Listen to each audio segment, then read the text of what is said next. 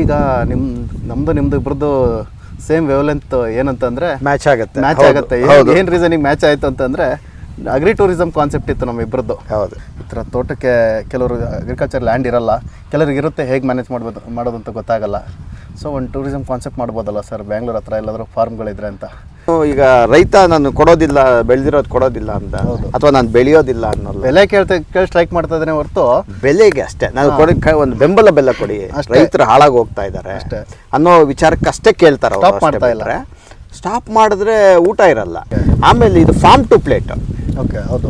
ಇವಾಗ ನೀವು ಇಲ್ಲಿ ಹಾರ್ವೆಸ್ಟ್ ಮಾಡಿದ್ರೆ, ಓಕೆ, ಇವಾಗ ಇದು ಫಾರ್ ಎಕ್ಸಾಂಪಲ್ ಒಂದು 4 ಕ್ಯಾರೆಟ್ ಹಾರ್ವೆಸ್ಟ್ ಮಾಡಿದ್ರೆ ಕಟ್ ಮಾಡಿ ಡೈರೆಕ್ಟ್ ಆಗಿ ನೀವು ಇದಕ್ಕೆ ಹೋಗುತ್ತೆ, ಕ್ಲೀನ್ ಮಾಡಿಬಿಟ್ಟು ಹಾಕೋದು. And we practice organic. ನಾವು ಹೇಳ್ತೀವಿ ನೀವು ಕಿತ್ಕೊ ಹೋಗ್ರಪ್ಪ, ನಿಮ್ಗೆ ಏನು ತರಕಾರಿ ಬೇಕು ಕಿತ್ಕೊ ಹೋಗ್ರಿ ಅಂತ. ಅವತ್ತಿನ ಬೆಲೆ ಏನಿದೆ ಆ ಬೆಲೆ ಫಿಕ್ಸ್ ಮಾಡಿರ್ತೀವಿ. ಅದು ಅವರು they can pay it and take it. So ನಾನೇನು ಹೇಳ್ತೀನಿ, ಹೆಲ್ದಿ ಫುಡ್ ಮಕ್ಳಿಗೆ ಒಂದು ದಿವಸ ತೋರಿಸ್ಬೇಕು, ರುಚಿ ತೋರಿಸ್ಬೇಕು. ಆ್ಯಂಡ್ ಅವ್ರಿಗೆಲ್ಲ ಅರ್ಥ ಮಾಡಿಸ್ಕೋಬೇಕು. They have to feel it. ಒಂದು ಎಲೆನೂ ಮುಟ್ಕೋಬೇಕು ಮಕ್ಕಳು. ಇದು ಮ್ಯಾಂಗೋ ಟ್ರೀ, ಅದು ಇದು ನಮ್ಮ ಮೋಸಂಬಿ ಗಿಡ, ಕಾಯಿ ನೋಡ್ತಾರೆ, ಮೋಸಂಬಿ ಕಾಯಿ ಬಿಟ್ಟಿದೆ. ಆಮೇಲೆ ಇದು ತೆಂಗಿನ ಗಿಡ, ಇದು ಅಡಿಕೆ ಗಿಡ. ಆಮೇಲೆ ಮೆಡಿಸಿನಲ್ ವ್ಯಾಲ್ಯೂಸ್ ಹೇಳ್ತೀವಿ. ಒಂದು 10 ಸತಿ ಅವ್ರು ಆ ಗಿಡ ನೋಡಿದಾಗ ಅವ್ರ ತಲೆಯಲ್ಲಿ ರಿಜಿಸ್ಟರ್ ಆಗೋಗುತ್ತೆ.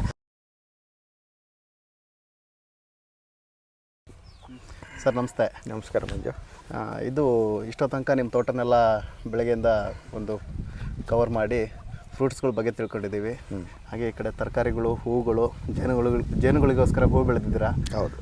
ಹೂಗಳು ಮತ್ತು ಬಾಳೆ ಬಗ್ಗೆ ತಿಳ್ಕೊಂಡ್ವಿ. ಹಾಗೆಯೇ ಇನ್ನೊಂದು ಪಾರ್ಟು ಕೃಷಿ ಹೊಂಡದ ಬಗ್ಗೆ ತಿಳ್ಕೊಂಡ್ವಿ.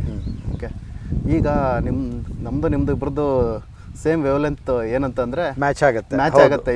ಏನು ರೀಸನಿಗೆ ಮ್ಯಾಚ್ ಆಯಿತು ಅಂತಂದರೆ ಅಗ್ರಿ ಟೂರಿಸಮ್ ಕಾನ್ಸೆಪ್ಟ್ ಇತ್ತು ನಮ್ಮ ಇಬ್ಬರದ್ದು. ಹೌದು.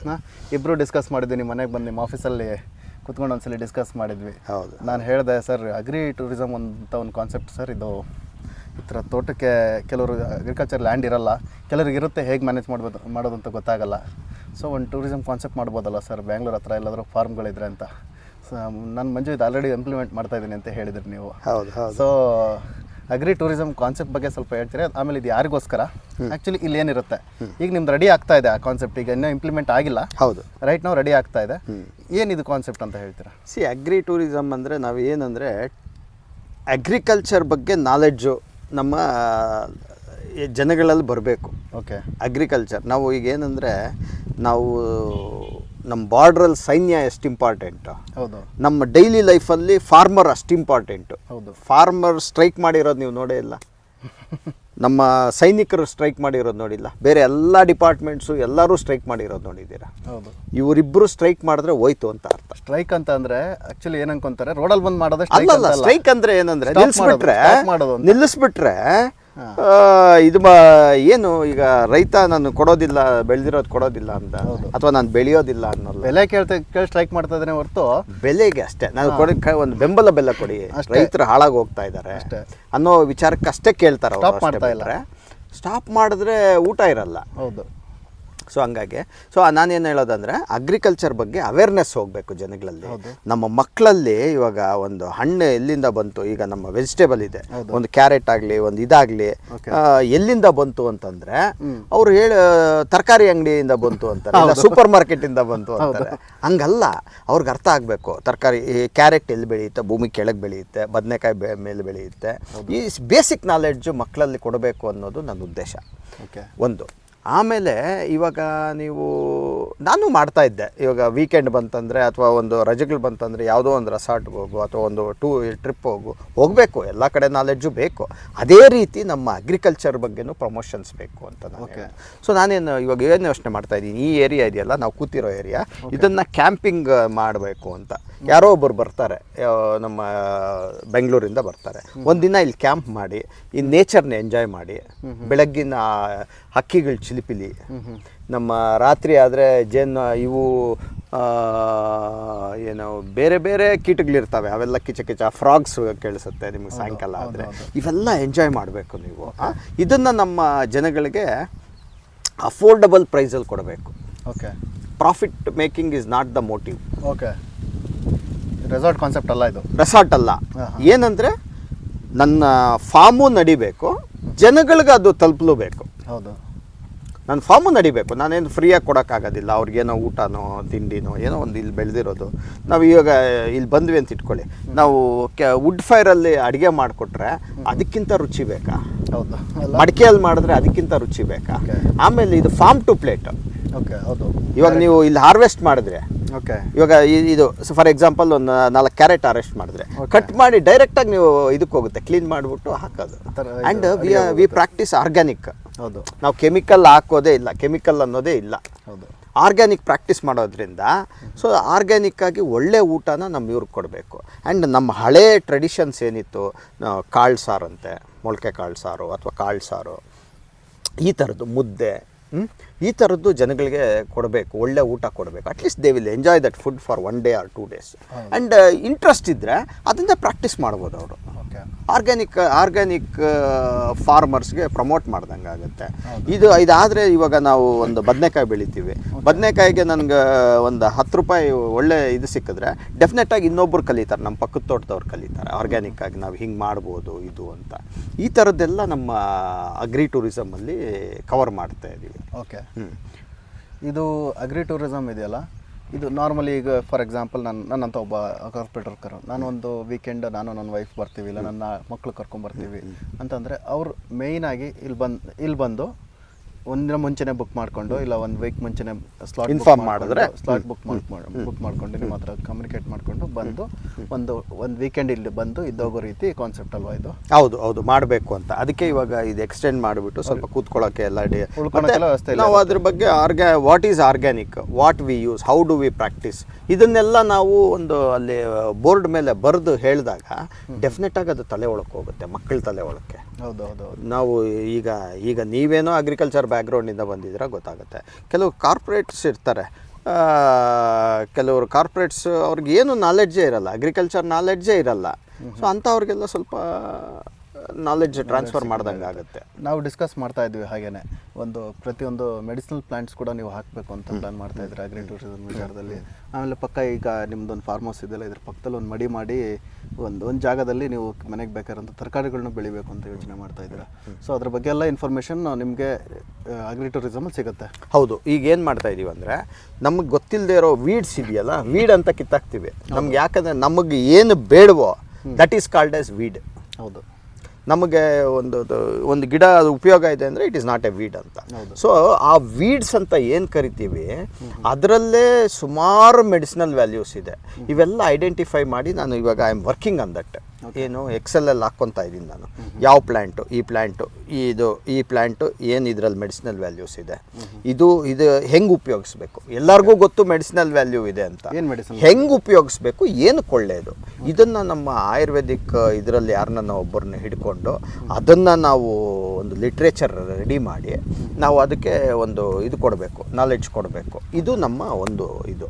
ಆಮೇಲೆ ಪಕ್ಕದಲ್ಲಿ ಕೈತೋಟ ಅಂತ ಏನು ಮಾಡ್ತಾ ಇದ್ದೀನಿ ನಮ್ಮ ಮನೆಗೆ ಆ ಕಡೆ, ಅಲ್ಲಿ ಏನು ಮಾಡಬೇಕು ಅಂತಂದರೆ ನಾನು ತರಕಾರಿ ಬೆಳಿತೀವಿ. ಓಕೆ. ಈಗ ಬದನೆಕಾಯಿ ಬದನೆಕಾಯಿ ಗಿಡಗಳು ಹಾಕ್ತೀವಿ. ಓಕೆ. ಇವಾಗ ಯಾರೋ ನೀವು ಬರ್ತೀರಾ ಅಗ್ರಿ ಟೂರಿಸಮ್ ನನಗೇನು ಅಂತ ಅರ್ಥ ಮಾಡ್ಕೊಳಕ್ಕೆ, ಸಾಯಂಕಾಲ ಹೋಗೋವಾಗ ನೀವು ಇದನ್ನ ಹಾರ್ವೆಸ್ಟ್ ಮಾಡ್ತೀರಾ. ಓಕೆ, ಚೆನ್ನಾಗಿದೆ. ನಾವು ಹೇಳ್ತೀವಿ ನೀವು ಕಿತ್ಕೊ ಹೋಗ್ರಪ್ಪ, ನಿಮ್ಗೆ ಏನು ತರಕಾರಿ ಬೇಕು ಕಿತ್ಕೊ ಹೋಗ್ರಿ ಅಂತ. ಅವತ್ತಿನ ಬೆಲೆ ಏನಿದೆ ಆ ಬೆಲೆ ಫಿಕ್ಸ್ ಮಾಡಿರ್ತೀವಿ. ಅದು ಅವರು they can pay it and take it. Okay. ಅವ್ರು ಬಂದಾಗ ಇದನ್ನು ಕೊಂಡ್ಕೊಂಡು ಕೂಡ ಹೋಗ್ಬೋದು. ಅಂದರೆ ನಿಮ್ಗೆ ಇವಾಗ ನೀವೇ ಹಾರ್ವೆಸ್ಟ್ ಮಾಡಿ, ಇವಾಗ ನಾನು ಬೆಳೆದಿರೋದು ನನಗೆ ಎಷ್ಟು ಖುಷಿ ಕೊಡುತ್ತೋ, ನೀವೇ ಹಾರ್ವೆಸ್ಟ್ ಮಾಡಿ ಕಿತ್ಕೊಂಡು ಹೋದ್ರೆ ನಿಮ್ಗೆ ಅದ್ರಿಗೆ 2ರಷ್ಟು ನಿಮಗೆ ಖುಷಿ ಆಗುತ್ತೆ. And fresh, you know what you are taking. ಹೌದು. You know what you are taking, you know how much you are plucking. Waste ಮಾಡಲ್ಲ. ಹೌದು. ಯಾಕಂದ್ರೆ ನೀವು ಕಿತ್ತಿರೋ ಅಷ್ಟಕ್ಕೆ ನೀವು ದುಡ್ಡು ಕೊಟ್ಬಿಟ್ಟು ವೇಸ್ಟ್ ಮಾಡಲ್ಲ. ಹೌದು. ಒಂದೇ ಬೇಕು ಅಂದ್ರೆ ಒಂದೇ ತಗೊಂಡು ಹೋಗಿ ಒಂದೇ ತಗೊಳ್ಳಿ. ಹೌದು. ಕಾನ್ಸೆಪ್ಟ್ ತುಂಬ ಚೆನ್ನಾಗಿದೆ ಸರ್, ನನಗೆ ತುಂಬ ಇಷ್ಟ ಆಯಿತು. ನಮ್ಮಿಬ್ಬರದ್ದು ಕಾನ್ಸೆಪ್ಟ್ ಆಗಿರೋದ್ರಿಂದ ಅದು ಇಬ್ಬರಿಗೂ. ಆಮೇಲೆ ಇನ್ನೊಂದು ಯೋಚನೆ ಮಾಡ್ತಾ ಇದ್ದೀನಿ, ಯಾವಾಗನ್ನ ಈ ಸ್ಕೂಲ್ ಮಕ್ಕಳನ್ನ ಅಪ್ರೋಚ್ ಮಾಡೋದು ಸುತ್ತಮುತ್ತಲು, ಅಥವಾ ಬೆಂಗಳೂರಿಂದನೂ ಬರ್ಬೋದು. ಬೆಂಗಳೂರಿಂದ ನಮ್ಮ ಏರ್ಪೋರ್ಟಿಂದ ನಮ್ಮ ತೋಟ ಹತ್ರ ಒಂದು 55 ಕಿಲೋಮೀಟರ್, 54-55 ಕಿಲೋಮೀಟರ್ ಟೋಲಿಂದ, ಏರ್ಪೋರ್ಟ್ ಟೋಲಿಂದ. So it is not a issue. Highway ಎಲ್ಲ ಆರಾಮಾಗಿ ಬಂದುಬಿಟ್ಟು ರೈಟ್ ಟರ್ನ್ ತೊಗೊಂಡ್ರೆ 10 ಕಿಲೋಮೀಟರ್ಸ್ ನಮ್ಮ ಫಾರ್ಮ್ ರೀಚ್ ಆಗುತ್ತೆ. ಹೈವೇಯಿಂದ ಒಂದು 5 to 10 ಮಿನಿಟ್ಸ್ ಅಷ್ಟೇ ಅನಿಸುತ್ತೆ. 5 to 10 ಮಿನಿಟ್ಸ್ಗೆ ರೀಚ್ ಆಗಿಬಿಡ್ತೀರಾ. ಆ್ಯಂಡ್ ಅವ್ರಿಗೆ ಬಂದಾಗ ನೀವು ಪಿಜ್ಜಾ, ಬರ್ಗರು ಮಕ್ಕಳಿಗೆ ಇವಾಗ ಫ್ಯಾಷನ್ ಅಲ್ಲ, they are used to that junk food. ಹೌದು. ಪಿಜ್ಜಾ ಅಂತೆ, ಬರ್ಗರ್ ಅಂತೆ, ಫ್ರೆಂಚ್ ಫ್ರೈಸ್ ಅಂತೆ, which is not good for health. ಹೌದು. ಸೊ ನಾನೇನು ಹೇಳ್ತೀನಿ, ಹೆಲ್ದಿ ಫುಡ್ ಮಕ್ಳಿಗೆ ಒಂದು ದಿವಸ ತೋರಿಸ್ಬೇಕು, ರುಚಿ ತೋರಿಸ್ಬೇಕು. ಆ್ಯಂಡ್ ಅವ್ರಿಗೆಲ್ಲ ಅರ್ಥ ಮಾಡಿಸ್ಕೋಬೇಕು. They have to feel it. ಒಂದು ಎಲೆನೂ ಮುಟ್ಕೋಬೇಕು ಮಕ್ಕಳು. ಇದು ಮ್ಯಾಂಗೋ ಟ್ರೀ, ಅದು ಇದು ನಮ್ಮ ಮೋಸಂಬಿ ಗಿಡ, ಕಾಯಿ ನೋಡ್ತಾರೆ, ಮೋಸಂಬಿ ಕಾಯಿ ಬಿಟ್ಟಿದೆ. ಆಮೇಲೆ ಇದು ತೆಂಗಿನ ಗಿಡ, ಇದು ಅಡಿಕೆ ಗಿಡ. ಆಮೇಲೆ ಮೆಡಿಸಿನಲ್ ವ್ಯಾಲ್ಯೂಸ್ ಹೇಳ್ತೀವಿ. ಒಂದು 10 ಸತಿ ಅವ್ರು ಆ ಗಿಡ ನೋಡಿದಾಗ ಅವ್ರ ತಲೆಯಲ್ಲಿ ರಿಜಿಸ್ಟರ್ ಆಗೋಗುತ್ತೆ.